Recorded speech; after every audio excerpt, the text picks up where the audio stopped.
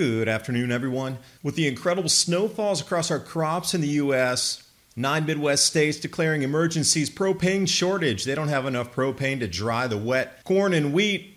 Liquid propane bottleneck scarcity started in a few states, but now it's 8 full states. Most interesting, propane price is lower than last year. Can you say market manipulation? India doubling onion prices halts all exports. Food inflation there, almost 8% per month.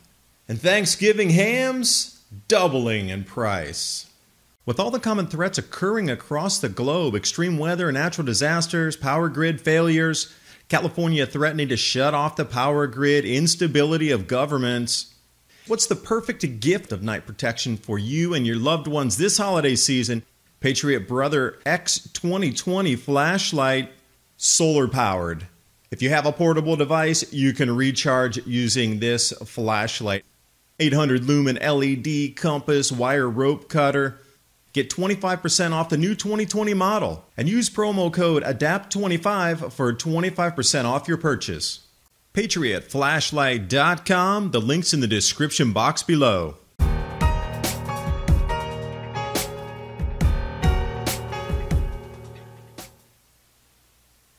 Now, with the record Arctic blast, the third in the autumn, this time stretching to the Gulf of Mexico, dumping record snow, freezing the Midwest grow belts through Canada as well. Well, this is a really wet harvest, and there's a lot of moisture in the corn itself, in the wheat. So they need propane to dry all of this. But suddenly, 9 Midwest states have declared emergencies because of regional propane shortages.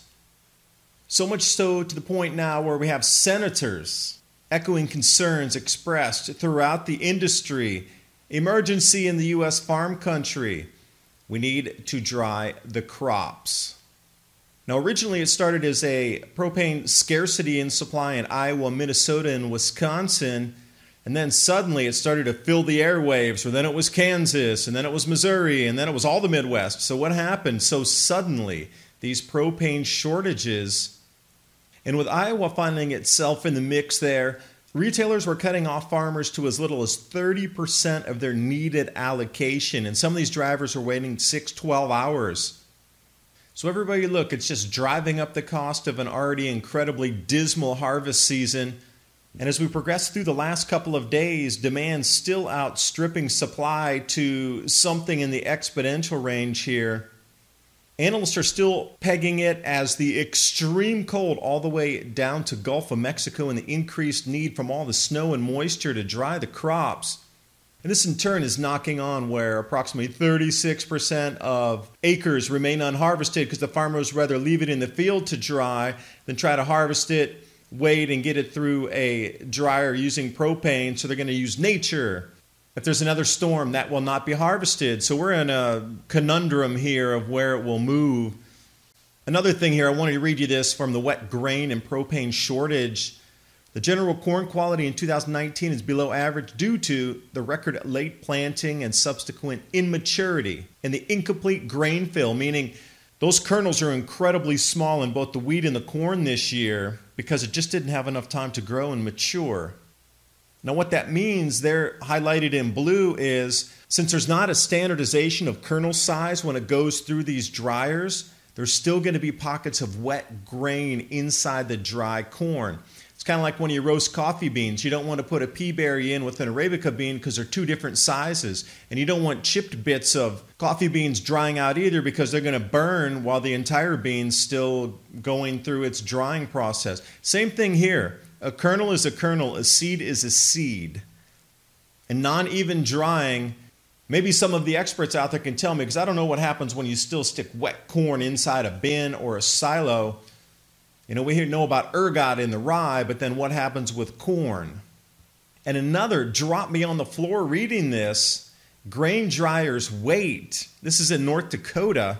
The corn harvest is stalled for the lack of propane to dry crops.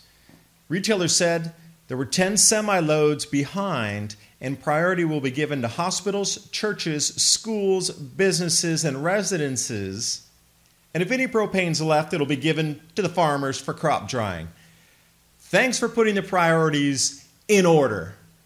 So I guess food is the least important out of everything in our lives. Huh, really? I wonder if food shortages will shock our societies. But no, go ahead and give it to residences first. So how prepared are you for food shortages? Are you storing some of your own food? And here's the thing that kicks me too is propane prices are lower than last year. Now with 8 full states in such shortages where it's restricting our crop harvest and processing this year in the United States, how can prices remain lower than last year? This is pure artificial market manipulation and artificial shortages for these areas. I personally feel this is purposeful to reduce our output in the United States for our food even further.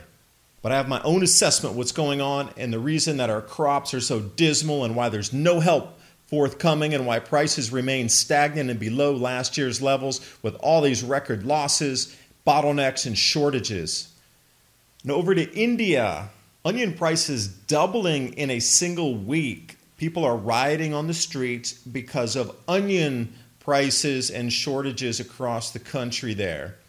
So the Modi government instantly threw an export ban, and they call it a knee-jerk reaction, to try to mitigate, well, the civil unrest because of onion prices back in India. And what's the culprit?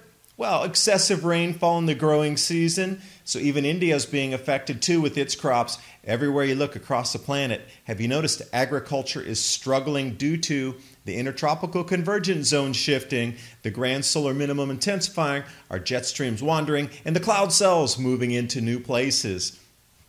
Now ask yourself the very same question. If your food prices went up 8% per month, that's a doubling at the end of the year. What would you stop spending on first?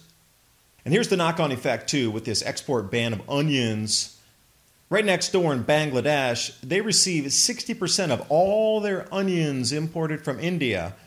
So with that full-on cutoff, there's only 40% availability for 100% demand in Bangladesh. And guess what? The same exact thing's happening. People are out on the streets demanding onions. What happens when it's meat and everything else that you eat? Do you really think that our society is going to continue with its stability? And bringing you back to the United States here, wholesale ham almost doubling in price. Happy Thanksgiving. That is an amazing feast.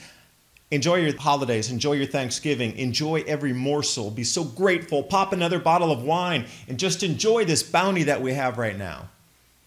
Because you see these signs around us that food's going to get more expensive. And I encourage you this holiday to eat and eat again and drink more and enjoy as much as you can and fill your bellies to the full, almost the breaking, exploding point. Enjoy every morsel. And during the holiday season, if you are looking for ideas for long-term food storage, canning ideas, jump over to my Adapt 2030 store on Amazon. Links in the description box below, as well as It's Not CO2, It's Not You, It's the Sun t-shirt, hoodie, and long sleeves available this November only. Thanks for watching. Hope you got something out of the video, and I will see you next time.